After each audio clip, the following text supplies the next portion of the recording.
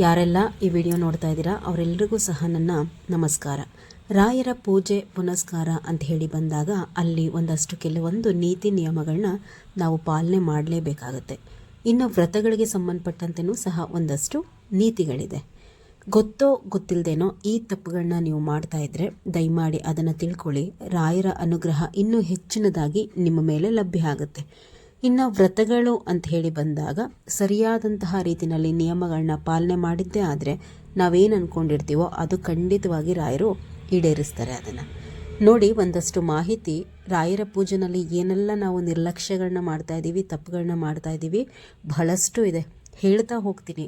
ಈ ತಪ್ಪುಗಳು ನಿಮ್ಮಿಂದ ಆಗ್ತಾ ಇದ್ದರೆ ದಯಮಾಡಿ ಅದನ್ನು ತಿದ್ಕೊಳ್ಳಿ. ರಾಯರ ಕೃಪೆಗೆ ಇನ್ನೂ ಪಾತ್ರರಾಗ್ತೀರ ನೀವು. ಮೊದಲನೇದಾಗಿ, ಹೆಣ್ಮಕ್ಳು ನೈಟಿ ಚೂಡಿದಾರ್ ಧರಿಸಿ ಪೂಜೆ ಮಾಡಬೇಡಿ. ಪ್ರತಿನಿತ್ಯ ರಾಯರು ಅಂತಲೇ ಅಲ್ಲ, ನಾವು ದೇವರ ಮನೆಗೆ ನೈಟಿಗಳಲ್ಲಿ ಹೋಗುವಂಥದ್ದು ದರಿದ್ರ. ಅದು ನಾವೇನೇ ಪೂಜೆ ಪುನಸ್ಕಾರ ನೈಟಿನಲ್ಲಿ ಮಾಡಿದ್ರೆ ಅದರಿಂದ ಯಾವ ಫಲವೂ ನಮಗೆ ಪೂಜಾ ಫಲ ಲಭ್ಯ ಆಗೋದಿಲ್ಲ. ಮದುವೆ ಆಗಿರೋ ಅಂತಹವರು ರಾಯರ ಸೇವೆ, ವ್ರತ, ಮಠಗಳಿಗೆ ಹೋಗುವಾಗ, ರಾಯರ ಪೂಜೆ ಮಾಡುವಾಗ ಸೀರೆಯನ್ನು ಧರಿಸಿ ಕೈಗೆ ಬಳೆ ಹಾಕಿ ಅರಿಶಿನ ಕುಂಕುಮವಿಟ್ಟು ಪೂಜೆಯನ್ನು ಮಾಡಿ ತಲೆಗೆ ಒಂದು ಹೂವನ್ನು ಇಟ್ಟು ರಾಯರ ಜನ್ಮ ತಾಳಿದ್ದೇನೆ. ಅಂದರೆ ಈ ಅವತಾರದಲ್ಲಿ ರಾಘವೇಂದ್ರ ಸ್ವಾಮಿಗಳು ಜನ್ಮ ತಾಳಿದ್ದು ನಮ್ಮ ಹಿಂದೂ ಧರ್ಮದ ಸಂಪ್ರದಾಯಗಳೇನಿದೆ ಅದು ಅಳಿತಾ ಇದೆ. ಬೇರೆ ಧರ್ಮಗಳ ಒಂದು ಪ್ರಾಬಲ್ಯ ನಮ್ಮ ಧರ್ಮದ ಮೇಲೆ ಹೆಚ್ಚಾಗಿ ಹಿಂದೂ ಧರ್ಮ ಅವನತಿಯತ್ತ ಸಾಗುತ್ತಾ ಇರೋದನ್ನು ತಡೆದು ಹಿಂದೂ ಧರ್ಮವನ್ನು ಉದ್ಧರಿಸಲಿಕ್ಕಾಗಿಯೇ ಸ್ವಾಮಿಗಳು ಅವತಾರ ತಾಳಿದ್ದು. ಅಂತಹವರ ಪೂಜೆಯನ್ನು ನಾವು ಮಾಡುವಾಗ ನಮ್ಮ ಸಂಪ್ರದಾಯ ಏನಿದೆ ಅದನ್ನು ನಾವು ಪಾಲನೆ ಮಾಡಬೇಕು. ಆವಾಗಲೇ ಅವರಿಗೂ ಸಹ ನಮ್ಮ ಮೇಲೆ ಪ್ರೀತಿ ಆಗುವಂತಹದ್ದು. ಎಲ್ಲ ಪೂಜೆಗಳನ್ನು ಮದುವೆ ಆಗಿರುವಂಥವರು ಸೀರೆ ಧರಿಸಿ ಬಳೆ, ಅರಿಶಿನ ಕುಂಕುಮ, ಹೂವನ್ನು, ಒಂದು ತಲೆಗೆ ಒಂದು ಹೂವನ್ನು ಇಟ್ಟು ಪೂಜೆ ಮಾಡಿದ್ರೆ ಅದರ ಸಂಪೂರ್ಣ ಫಲ ಲಭ್ಯ ಆಗುತ್ತೆ ನಮಗೆ. ಇನ್ನು ರಾಯರ ಪೂಜೆ ಅಂತ ಹೇಳಿ ಬಂದಾಗ ಹೆಣ್ಣು ಮಕ್ಕಳು ಕೊರಳಿಗೆ ತುಳಸಿ ಮಾಲೆ ಧರಿಸೋ ಹಾಗಿಲ್ಲ. ಗಂಡು ಮಕ್ಕಳು ಧರಿಸ್ಕೋಬೋದು.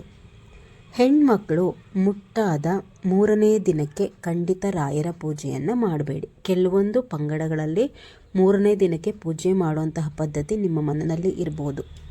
ಆದರೆ ರಾಯರ ಪೂಜೆ ಅಂತ ಹೇಳಿ ಬಂದಾಗ ನಾವು 5ನೇ ದಿನಕ್ಕೆ ಸ್ವಲ್ಪ ತಲೆಯ ಮೇಲೆ ಗಂಜಿ ಹಾಕ್ಕೊಂಡು ತಲೆಗೆ ಸ್ನಾನ ಮಾಡಿಕೊಂಡು ಇನ್ನೇನು ತೊಂದರೆ ಇಲ್ಲ ನಮಗೆ ಅಂದಾದಾಗ 5 ದಿನ ಕಳೆದ ಮೇಲೇ ರಾಯರ ಪೂಜೆಯನ್ನು ನಾವು ಮಾಡಲಿಕ್ಕೆ ಬರುತ್ತೆ. ಅಲ್ಲಿವರೆಗೂ ದೇವರ ಮನೆಗೆ ಹೋಗುವಂಥದ್ದು, ರಾಯರ ಫೋಟೋವನ್ನು ಮುಟ್ಟುವಂಥದ್ದು ಮಾಡಲಿಕ್ಕೆ ಹೋಗಬಾರ್ದು.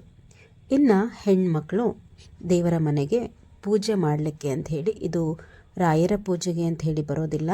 ನಾವು ಪ್ರತಿನಿತ್ಯ ದೇವರ ಮನೆಗೆ ಪೂಜೆಗೆ ಅಂತ ಹೇಳಿ ಹೋದಾಗ ಫಸ್ಟ್ ಕೂತ್ಕೊಳ್ಳಿ, ಚಕಲ್ಬಕ್ಲ ಹಾಕ್ಕೊಂಡು ಕೂತ್ಕೊಂಡು ಮಾಂಗಲ್ಯವನ್ನು ಹೊರಗಡೆ ತೆಗೆದು ಮೊದಲು ಮಾಂಗಲ್ಯಕ್ಕೆ ಕುಂಕುಮವನ್ನು ಹಚ್ಕೋಬೇಕು. ಯಾವ ಬೆರಳಿನಿಂದ ಹಚ್ಕೋಬೇಕು?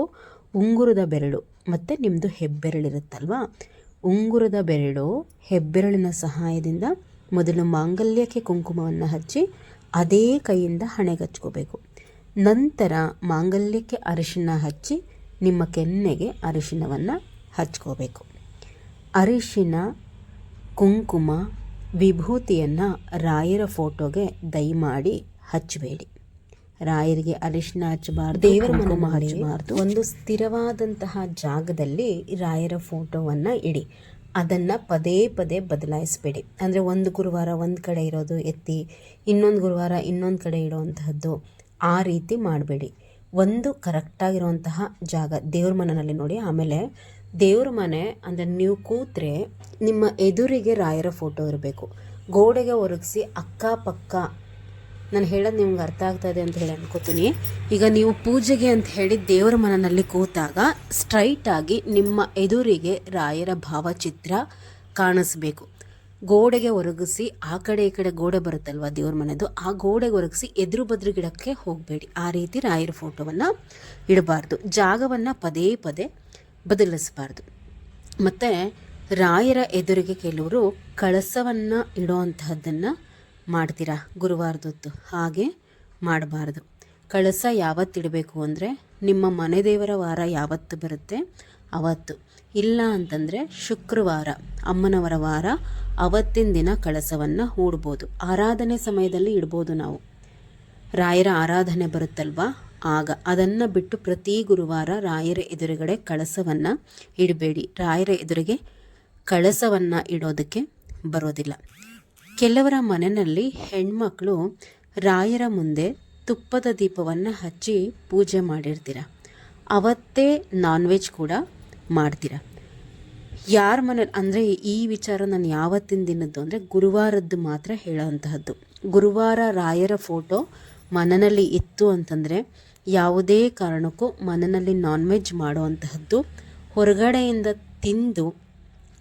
ಹೊರಗಡೆಯಿಂದ ತಗೊಂಡು ಬಂದು ಮನೆಯಲ್ಲಿ ತಿನ್ನೋವಂತಹದ್ದು ಅಥವಾ ಹೊರಗಡೆ ತಿಂದು ಮನೆಗೆ ಬರೋವಂತಹದ್ದು ಗುರುವಾರ ತಪ್ಪಾಗುತ್ತೆ. ಗುರುವಾರ ಮನೆಯಲ್ಲೆಲ್ಲ ಪೂಜೆ ಪುನಸ್ಕಾರ ಮಾಡಿ ನೀವು ಅವತ್ತಿನ ದಿನ ನಾನ್ ವೆಜ್ ಮಾಡಿದ್ರಿ ಮನೆಯಲ್ಲಿ ಅಂದರೆ ಖಂಡಿತ ಆ ಮನೆ ಏಳಿಗೆ ಆಗೋದಿಲ್ಲ. ನಿಮ್ಗೆ ಏನೇ ಕಷ್ಟ ಆದರೂ ಪರವಾಗಿಲ್ಲ, ಗುರುವಾರ ಮಾತ್ರ ಯಾವ ಕಾರಣಕ್ಕೂ ರಾಯರ ಫೋಟೋ ಮನೇಲಿತ್ತು ಅಂದರೆ ನಾನ್ ವೆಜ್ಜನ್ನು ಮಾಡಲಿಕ್ಕೆ ಹೋಗಬೇಡಿ. ಮತ್ತು ರಾಯರ ಫೋಟೋ ಮನೇಲಿತ್ತು ಅಂತಂದರೆ ಆದಷ್ಟು ಬೆಳಗ್ಗೆ 8 ಗಂಟೆ ಒಳಗಡೆ ನೀವು ಪೂಜೆ ಮಾಡಿಬಿಡಬೇಕು. ಇದು ರಾಯರ ಫೋಟೋ ಅಂತ ಒಂದು ವಿಚಾರ ಬಂದಾಗ ಸರಿ. ಇನ್ನು ಉಳಿದಂತೆಯೂ ಸಹ ನಾವು ಮನೆಯಲ್ಲಿ 8 ಗಂಟೆ ಒಳಗಡೆ ಪೂಜೆ ಪುನಸ್ಕಾರ ಮಾಡಿದ್ರೇ ಅದು ಸರ್ವತ್ರ ಶ್ರೇಷ್ಠ. 8 ಗಂಟೆ ಒಳಗಡೆ ಪೂಜೆ ಮುಗಿದೋಗ್ಬಿಡ್ಬೇಕು. ಗುರುವಾರ ರಾಯರ ಪೂಜೆ ಮಾಡುವಂತಹ ವಿಧಿವತ್ತಾದ ನಿಯಮಗಳನ್ನ ತಿಳ್ಕೊಳ್ಳಿ. ಅಂದರೆ ಇನ್ನೇನು ಅಲ್ಲ, ಪೂಜೆಗೆ ಯಾವ ರೀತಿ ಗಂಧ ಹಚ್ಚಬೇಕು, ದೀಪ ಯಾವ ರೀತಿ ಹಚ್ಚಬೇಕು, ಯಾವಾಗ ನಾವು ತುಪ್ಪದ ಬತ್ತಿ ಬೆಳಗಬೇಕು, ಯಾವಾಗ ಅಷ್ಟೋತ್ರ ಹೇಳ್ಕೋಬೇಕು, ಯಾವಾಗ ನೈವೇದ್ಯ ಇಡಬೇಕು, ಇದೆಲ್ಲವನ್ನು ಸಹ ತಿಳಿದು ವಿಧಿವತ್ತಾಗಿ ಮಾಡಿದ್ರೆ ಪೂಜಾ ಫಲ ಹೆಚ್ಚಾಗಿ ಲಭ್ಯ ಆಗುತ್ತೆ. ನಾನು ಹಿಂದಿನ ವಿಡಿಯೋಸಲ್ಲಿ ಚೆಕ್ ಮಾಡಿ ಗುರುವಾರ ಎಲ್ಲ ಯಾವ ರೀತಿ ಪೂಜೆ ಮಾಡೋದು ಅಂತ ಹೇಳಿ ಹಾಕಿದ್ದೀನಿ. ನೋಡಿಬಿಟ್ಟು ಗೊತ್ತಿಲ್ಲದಿದ್ದರೆ ಅದರಂತೆ ಮಾಡಿ. ಇನ್ನು ನಾಮಲೇಖನ ವಿಚಾರ, ರಾಯರ ನಾಮಲೇಖನ ವಿಚಾರಕ್ಕೆ ಬಂದರೆ ಎಷ್ಟೋ ಜನ ಹೆಣ್ಮಕ್ಕಳು ರಾಯರ ನಾಮಲೇಖನವನ್ನು ಸಂಕಲ್ಪ ಮಾಡ್ಕೊಳ್ದಲೇ ಎಲ್ಲಂದ್ರಲ್ಲಿ ಕೂತ್ಕೊಂಡು ಯಾವಾಗಂದ್ರವಾಗ ಬರೀತೀರ. ಹಾಗೆ ಮಾಡಬೇಡಿ. ನಾಮಲೇಖನ ಬರೆಯುವಂತಹದ್ದು ರಾಯರ ಒಂದು ವ್ರತದ ಥರ. ಅದನ್ನು ಸಂಕಲ್ಪ ಮಾಡ್ಕೋಬೇಕು. ಯಾವುದೇ ಪೂಜೆ ವ್ರತ ಸೇವೆಯನ್ನು ಸಂಕಲ್ಪ ಮಾಡಿಕೊಂಡು ಮಾಡಿದಾಗಲೇ ನಮಗೆ ಅದರ ಫಲ ಲಭ್ಯ ಆಗಿ ಸಿದ್ಧಿಸುವಂಥದ್ದು. ಒಂದು ಗುರುವಾರನೇ ಪ್ರಾರಂಭ ಮಾಡಬೇಕು. ಎಷ್ಟು ಬಾರಿ ಬರಿತೀನಿ ಅಂತ ಹೇಳಿ ರಾಯರ ಎದುರುಗಡೆ ಕೂತ್ಕೊಂಡು ಸಂಕಲ್ಪ ಮಾಡ್ಕೋಬೇಕು.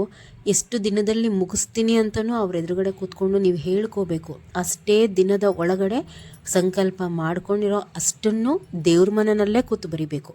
ಎಲ್ಲಂದ್ರಲ್ಲಿ ನಾವು ಟ್ರೈನಲ್ಲಿ ಟ್ರಾವೆಲ್ ಮಾಡ್ತಿರ್ತೀವಿ, ಕಾರಲ್ಲೋ ಆಫೀಸ್ಗೆ ಹೋಗೋ ಜಾಗದಲ್ಲೋ ಅಲ್ಲೆಲ್ಲ ಕೂತ್ಕೊಂಡು ಎಲ್ಲಂದ್ರಲ್ಲಿ ಬರೆಯೋದಕ್ಕೆ ಬರೋದಿಲ್ಲ. ಬರೆದು ದೇವರ ಮನೆಯಲ್ಲೇ ಪುಸ್ತಕವನ್ನು ಇಡಿ. ಅದಕ್ಕೆ ಗೌರವವನ್ನು ಕೊಡಿ. ಎಲ್ಲಂದ್ರಲ್ಲಿ ಹಾಕಬಾರ್ದು. ಯಾಕೆ ಅಂದರೆ ಒಂದು ಸಾರ್ತಿ ನಾವು ಓಂ ಶ್ರೀ ರಾಘವೇಂದ್ರಾಯ ನಮಃ ಅಂತ ಹೇಳಿ ಬರಿತೀವಲ್ವ, ಆ ಒಂದು ಬರಹದಲ್ಲಿ ಸಾಕ್ಷಾತ್ ರಾಯರು ಇರ್ತಾರೆ.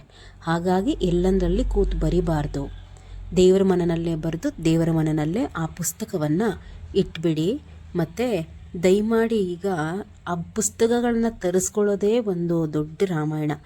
ಯಾವುದೂ ಬೇಡ, ಬಿಳಿ ಬುಕ್ಕು ಅಂತಂದರೆ ಮಕ್ಕಳು ವೈಟ್ ಪೇಜಸ್ ಬರೀತಾರಲ್ವ, ಲೈನ್ಸ್ ಇರಲ್ವಲ್ಲ, ಆ ವೈಟ್ ಬುಕ್ಕನ್ನು ತಗೊಳ್ಳಿ. ಒಂದು 100 ಪೇಜಸ್ದು ಸಾಕಾಗುತ್ತೆ.